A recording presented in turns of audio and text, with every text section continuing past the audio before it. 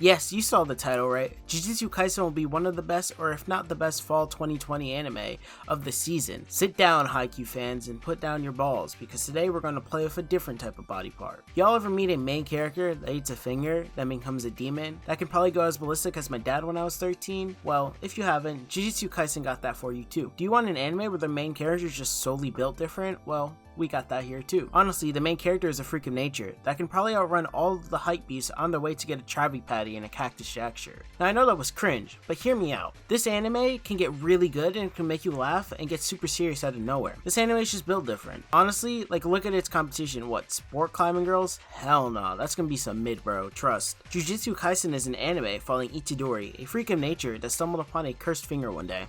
Without knowing anything about the cursed world he lives in, he finds himself in a predicament where he either eats the finger or sees his best friends get killed. After eating the finger, he gains big boy demon powers named Sakano, and learns how to become a demon hunter to stay alive rather than being killed. In today's video, I want to tell you why I think Jujutsu Kaisen will probably be, if not the best, fall anime of 2020. I'll be basing it off the story, the characters / power system, so let's get into the story. Also, before we get into the story, comment down below what you guys think is going to be the best fall 2020 anime before I start my video. The basic premise of the story is that shamans fight against curses to protect themselves and humanity. This isn't like WoW though, because the curses are somehow able to revolt and plot against the shamans. Honestly, the story flips faster than someone claiming that you hopped out vents when you're really just doing medbay scan. The story has some dark themes to it, but overall makes up for it with its characters. Now, there's not really much story to talk about right now just because that's kind of spoiler territory, but our story does follow Itadori and Team 7 of Jujutsu High, training to become the best sorcerers around. Now, I know I'm going to make a lot of Naruto references, but I just want to say it has nothing to do with the story. This show is completely different from Naruto, it's just the characters give off Naruto vibes. Because there's not a lot of story to talk about, I'm going to base this off the trailer and what is shown us already, just because the anime hasn't released yet. So, let's get into the trailer.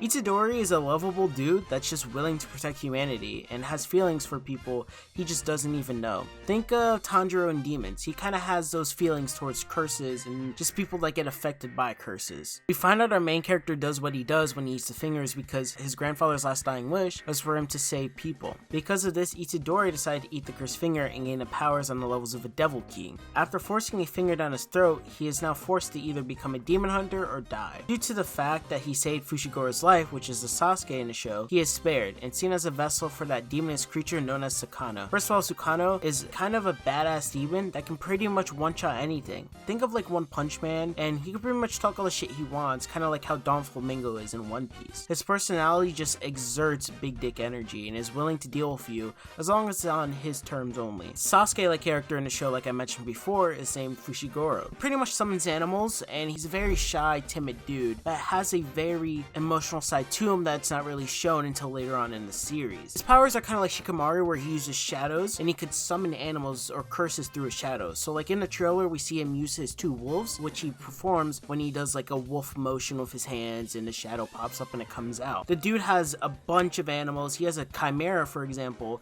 and who doesn't love chimeras? I just love this dude. I don't know how to explain it. I love his powers. Then we get to meet Satoru Goji, the dude that literally just has Kakashi vibes pouring out of him. First off, he has a mask that he hides and he only takes it off when he wants to get serious, kind of like Kakashi. And he is a very kind-hearted guy that cares a lot for his students and wants to just see them grow. He's overall just a badass and knows how to live a little and joke around. He takes his job very seriously, but knows how to be comedic and kind of a smart aleck. We cannot stop without talking about how broken he is. There's this move called, spoiler alert, territorial expansion, where it's pretty much just a dark void. He pretty much just destroys, like just one-shots a character, and he uses the villain to show Itadori what the power of Jujutsu is and how high it can really go. I think it's pretty cool because he can get very serious, but can be very funny as well. Now, before I introduce the waifu beta of the show, I do not want to compare her to Sakura, because Sakura's just a piece of trash and she belongs there. But her name is Kugasaki. First of all, she's not really trashy like Sakura. She actually has her own personality and her own personality traits. We find out earlier on in the story that she pretty much comes from a background where people do not like her because of her sorcery powers, and she's just not very liked. So that's why we learn that she always wants to appeal to people and have the satisfaction that people actually want her in their life. Finally, we have the second years. You got Panda, which is honestly the comic relief of their group. Inumaki literally speaks with ingredients, kind of like Groot from Guardians of the Galaxy when he just goes, "I am Groot." He does the same thing but with ingredients. Finally, we have Maki, a person that tries their hardest to stand out, but is as blunt as a girl denying my love song in 8th grade. And yes, that is a true story. To conclude, I love everyone's interactions with each other. There are very serious moments, but it's pretty lighthearted, but can change very quickly like stated earlier. I think the character design is great as well. Like, there's literally a dude that looks like he's from the movie of Shape of Water, and I just was not expecting that from this manga. The fights in the manga have honestly been very exciting and clean. I believe the non-stop action will show up in the show and it'll transfer over really well. I mean, I'm very confident in this because the same studio that animated God of High School is actually animating this anime as well. Just take a look at how Studio Mappa will do it. And honestly, if you take a look at God of High School as well, the fights were choreographed really well. We know that Studio Mappa did like the ball caps, I forgot what it's called, excuse me, I don't know the word, but they pretty much made the fights in real life and then they correlated it to the anime. And I think that will look really nice in Jujutsu Kaisen if they do that. I can only imagine how amazing the fight where Jogo decides to try and assassinate Gojo is going to look. The manga portrayed the fight beautifully, and I feel like it will leave a lot of people in awe, especially when the territorial expansion will be introduced. Also, Jogo literally has Mount Fiji as a head. I know I say that before, but honestly, his territorial expansion is really cool too. It's like a big volcano and stuff like that, and I think it fits his character really well. Finally, there's actually a fight between Sakano and a demon, and he pretty much just slices the curse into 6 pieces and adds it to his territorial collection. I thought it was pretty sick, and I cannot wait to see what Studio Mappa will do. I believe Studio Mappa will do these scenes justice and ultimately keep an anime watcher intrigued to see what is to come.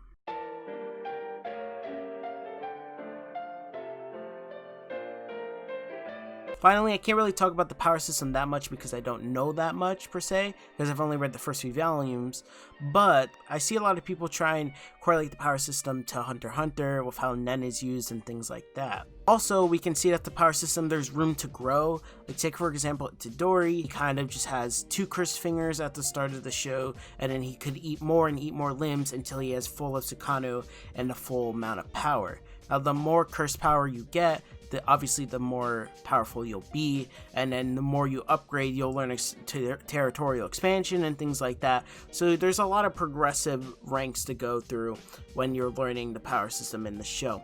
Honestly, it'll take you on a ride kind of like Magic School Bus, where it'll be very educational and very fun, but obviously not safe for kids. Please give the show a chance. I will make a follow-up video after the first few episodes. I should have a Howl's Moving Castle video up either next Friday or sometime during this week. I'm sorry for kind of the shorter video, and I feel like I kind of just ranted a bit this video, but I will try and be better for next video. With that being said, guys, have a great Friday. I'll see you next Friday. Peace.